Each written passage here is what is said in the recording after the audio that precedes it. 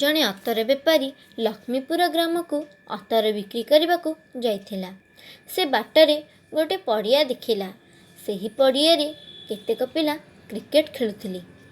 ପଡ଼ିଆ ନିକଟ ହେବାରୁ ବେପାରୀଟିକୁ ଜୋରରେ ଝାଡ଼ା ଲାଗିଲା।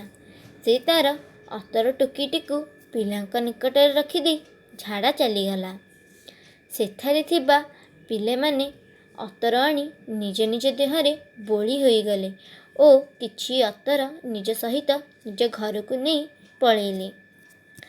ବେପାରୀଟି ଝାଡ଼ା ଫେରି ଆସି ଦେଖିଲା ବେଳକୁ ତା ଟୋକେଇରେ ଆଉ କୌଣସି ବି ଅତର ନାହିଁ। ସେ ମନ ଦୁଃଖ କଲା ଓ ମନ ଦୁଃଖ କରି ନିଜ ଘରକୁ ଗଲା।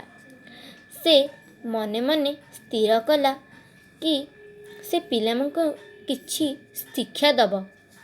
ସେ ବିଛୁଆତି ପତ୍ରକୁ ଶୁଖାଇଲା ଓ ତାକୁ ଗୁଣ୍ଡ କରି ପାଣିରେ ମିଶେଇ ଅତର ବୋତଲରେ ପୂରାଇ ଦେଲା ଓ ତାହାକୁ ତା ପରଦିନ ଖେଳୁଥିବା ପିଲାଙ୍କ ନିକଟରେ ରଖିଦେଲା ଓ ଝାଡ଼ା ଯିବାର ବାହାନା କରି ପୋଖରୀ କୂଳକୁ ଚାଲିଗଲା।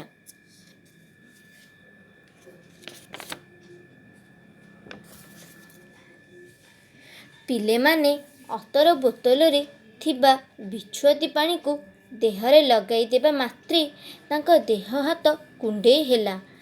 ସେହିଦିନଠୁ ସେ ତାଙ୍କ ଭୁଲ ବୁଝିପାରିଲେ ଏବଂ କେବେ ଅନ୍ୟ କାହାର ଜିନିଷରେ ହାତ ଦେବେ ନାହିଁ ବୋଲି ପ୍ରତିଜ୍ଞା କଲେ ଓ ଏହାପରେ ସେ